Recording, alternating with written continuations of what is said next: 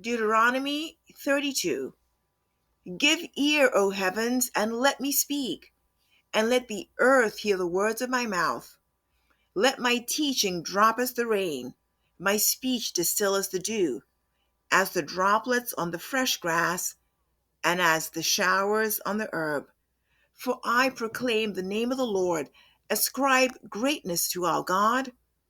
The rock, his work is perfect, for all his ways are just. A God of faithfulness and without injustice, righteous and upright is he. They have acted corruptly toward him. They are not his children because of their defect, but are a perverse and crooked generation. Do you thus repay the Lord, O foolish and unwise people? Is he not your father who has bought you? He has made you and established you. Remember the days of old. Consider the years of all generations. Ask your father, and he will inform you, your elders, and they will tell you. When the Most High gave the nations their inheritance, when he separated the sons of man, he set the boundaries of the people according to the number of the sons of Israel. For the Lord's portion is his people. Jacob is the allotment of his inheritance. He found him in a desert land and in the howling waste of a wilderness. He encircled him. He cared for him. He guarded him as the pupil of his eye. Like an eagle that stirs up its nest, that hovers over its young, he spread his wings and caught them. He carried them on his pinions. The Lord alone guided him, and there was no foreign God with him. He made him ride on the high places of the earth, and he ate the produce of the field. And he made him suck honey from the rock and oil from the flinty rock, curds of cows and the milk of the flock, with fat of lambs and rams, the breed of Bashan and goats, with the finest of the wheat, and of the blood of grapes you drank wine. But Jeshurun grew fat and kicked. You are grown fat, thick, and sleek. Then he forsook God who made him, and scorned the rock of his salvation. They made him jealous with strange gods, with abominations. They provoked him to anger. They sacrificed to demons who were not God, to gods whom they have not known, new gods who came lately, whom your fathers did not dread. You neglected the rock who begot you, and forgot the God who gave you birth. The Lord saw this, and spurned them because of the provocation of his sons and daughters. Then he said, I will hide my face from them. I will see what their end shall be. For they are a perverse generation, sons in whom is no faithfulness. They have made me jealous with what is not God. They have provoked me to anger with their idols. So I will make them jealous with those who are not a people. I will provoke them to anger with a foolish nation. For a fire is kindled in my anger, and burns to the lowest part of Sheol, and consumes the earth with its yield, and sets on fire the foundations of the mountains. I will heap misfortunes in them. I will use my arrows in them. They will be wasted by famine, and consumed by plague and bitter destruction. And the teeth of beasts I will send upon them, with the venom of crawling things of the dust. Outside the sword will bereave, and inside terror, both young man and virgin, the nursling with the man of gray hair. I would have said, I will cut them in pieces. I will remove the memory of them from men. Had I not feared the provocation by the enemy, that their adversaries would misjudge, that they would say, Our hand is triumphant, and the Lord has not done all this. For they are a nation lacking in counsel, and there is no understanding in them. Would that they were wise, that they understood this, that they would discern their future. How could one chase 1,000 and two put 10,000 to flight, unless the rock had sold them and the Lord had given them up? Indeed, the rock is not like our rock. Even our enemies themselves judge this. For their vine is from the vine of Sodom, and from the fields of Gomorrah. Their grapes are grapes of poison, their clusters bitter. Their wine is the venom of serpents, and the deadly poison of cobras. Is it not laid up in store with me, sealed up in my treasuries? Vengeance is mine, and retribution. In due time their foot will slip. For the day of their calamity is near, and the impending things are hastening upon them. For the Lord will vindicate his people, and will have compassion on his servants, when he sees that their strength is gone, and there is none remaining, bond or free. And he will say, where are their gods, the rock in which they sought refuge? Who ate the fat of their sacrifices, and drank the wine of their drink offering? Let them rise up and help you. Let them be your hiding place. See now that I am he, and there is no God besides me. It is I who put to death and give life.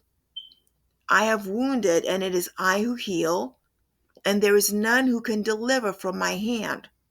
Indeed, I lift up my hand to heaven, and say, as I live forever, if I sharpen my flashing sword, and my hand takes hold on justice, I will render vengeance on my adversaries, and I will repay those who hate me.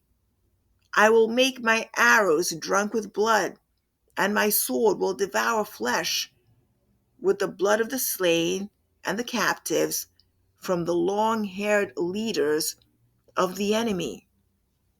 Rejoice, O nations, with his people, for he will avenge the blood of his servants, and will render vengeance on his adversaries, and will atone for his land and his people. Then Moses came and spoke all the words of this song in the hearing of the people, he with Joshua the son of Nun. When Moses had finished speaking all these words to all Israel, he said to them, take to your heart all the words with which I am warning you today, which you shall command your sons to observe carefully, even all the words of this law. For it is not an idle word for you. Indeed, it is your life. And by this word you will prolong your days in the land which you are about to cross the Jordan to possess. The Lord spoke to Moses that very same day, saying, go up this mountain of the Abiram, Mount Nabor, which is in the land of Moab, opposite Jericho, and look at the land of Canaan, which I am giving to the sons of Israel for a possession. Then die on the mountain where you ascend, and you will be gathered to your people, as Aaron your brother died on Mount Hor and was gathered to his people, because you broke faith with me in the midst of the sons of Israel, at the waters of Meribah Kadesh, in the wilderness of Zin, because you did not treat me as holy in the midst of the sons of Israel. For you shall see the land at a distance, but you shall not go there, into the land which I am giving the sons of Israel. Deuteronomy 33. Now this is the blessing with which Moses, the man of God, blessed the sons of Israel before his death. He said, the Lord came from Sinai and dawned on them from Seir. He shone forth from Mount Paran, and he came from the midst of 10,000 holy ones. At his right hand there was flashing lightning for them. Indeed, he loves the people. All your holy ones are in your hand, and they followed in your steps. Everyone receives of your words. Moses charged us with a law, a possession for the assembly of Jacob. And he was king in Jeshurun. when the heads of the people were gathered, the tribes of Israel together. May Reuben live and not die, nor his men be few. And this regarding Judah. So he said, Hear, O Lord, the voice of Judah, and bring him to his people. With his hands he contended for them, and may you be a help against his adversaries. Of Levi he said, Let your Thummim and your Urim belong to your godly man, whom you have proved at Massah, with whom you contended at the waters of Meribah. Who said of his father and his mother, I did not consider them. And he did not acknowledge his brothers, nor did he regard his own sons, for they observed your word and kept your covenant. They shall teach your ordinances to Jacob and your law to Israel. They shall put incense before you and whole burnt offerings on your altar. O Lord, bless his substance and accept the work of his hands. Shatter the loins of those who rise up against him, and those who hate him, so that they will not rise again. Of Benjamin he said, May the beloved of the Lord dwell in security by him, who shields him all the day, and he dwells between his shoulders. Of Joseph he said, Blessed of the Lord be his land, with the choice things of heaven, with the dew, and from the deep lying beneath, and with the choice yield of the sun, and with the choice produce of the months, and with the best things of the ancient hills, and with the choice things of the everlasting hills, and with the choice things of the earth and its fullness, and the favor of him who dwelt in the bush. Let it come to the head of Joseph, and to the crown of the head of the one distinguished among his brothers. As the firstborn of his ox, majesty is his, and his horns are the horns of the wild ox. With them he will push the people all at once to the ends of the earth. And those are the 10,000s of Ephraim, and those are the thousands of Manasseh. Of Zebulun he said, Rejoice, Zebulun, in your going forth, and Issachar in your tents. They will call people to the mountain. There they will offer righteous sacrifices, for they will draw out the abundance of the seas and the hidden treasures of the sand. Of Gad he said, Blessed is the one who enlarges Gad. He lies down as a lion and tears the arm, also the crown of the head. Then he provided the first part for himself, for there the ruler's portion was reserved. And he came with the leaders of the people. He executed the justice of the Lord and his ordinances with Israel. Of Dan he said, Dan is a lion's whelp that leaps forth from Bashan. Of Naphtali he said, O Naphtali, satisfied with favor and full of the blessing of the Lord, take possession of the sea and the south. Of Asher he said, More blessed than sons is Asher. May he be favored by his brothers. May he dip his foot in oil. Your locks will be iron and bronze, and according to your days, so will your leisurely walk be. There is none like the God of Jeshurun, who rides the heavens to your help, and through the skies in his majesty. The eternal God is a dwelling place, and underneath are the everlasting arms. And he drove out the enemy from before you and said, Destroy! So Israel dwells in security. The fountain of Jacob is secluded, in a land of grain and new wine. His heavens also drop down dew. Blessed are you, O Israel.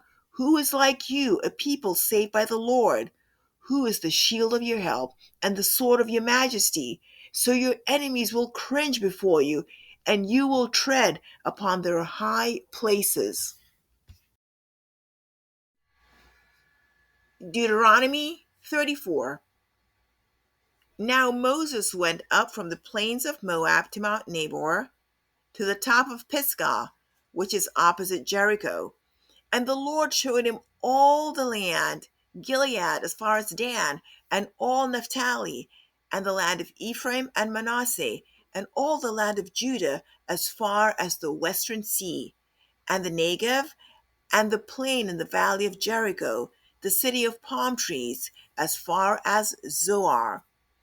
Then the Lord said to him, This is the land which I swore to Abraham, Isaac, and Jacob, saying, I will give it to your descendants. I have let you see it with your eyes, but you shall not go over there. So Moses, the servant of the Lord, died there in the land of Moab, according to the word of the Lord. And he buried him in the valley in the land of Moab, opposite Beth Peor, but no man knows his burial place to this day. Although Moses was 120 years old when he died, his eye was not dim, nor his vigor abated. So the sons of Israel wept for Moses in the plains of Moab 30 days. Then the days of weeping and mourning for Moses came to an end.